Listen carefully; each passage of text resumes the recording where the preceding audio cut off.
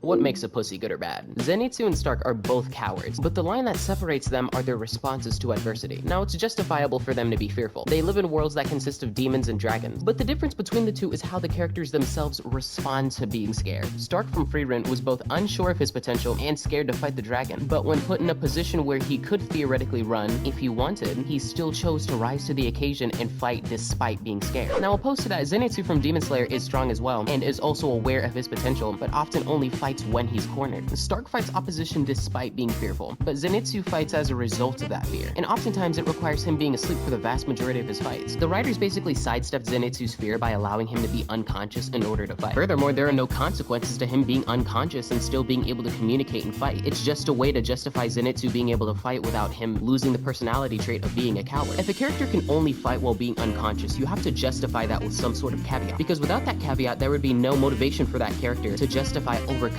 that adversity. For example, if he was unconsciously fighting but he couldn't differentiate between friend or foe, that would be a caveat of him using a shortcut to overcome his fear, thus motivation to overcome it. Cowardice isn't a poor personality trait, it's a sign of character growth, and being scared but doing it anyways is honorable. But when somebody spends the vast majority of their story using shortcuts to overcome the adversity without any consequences, it leaves more to be desired from the character itself.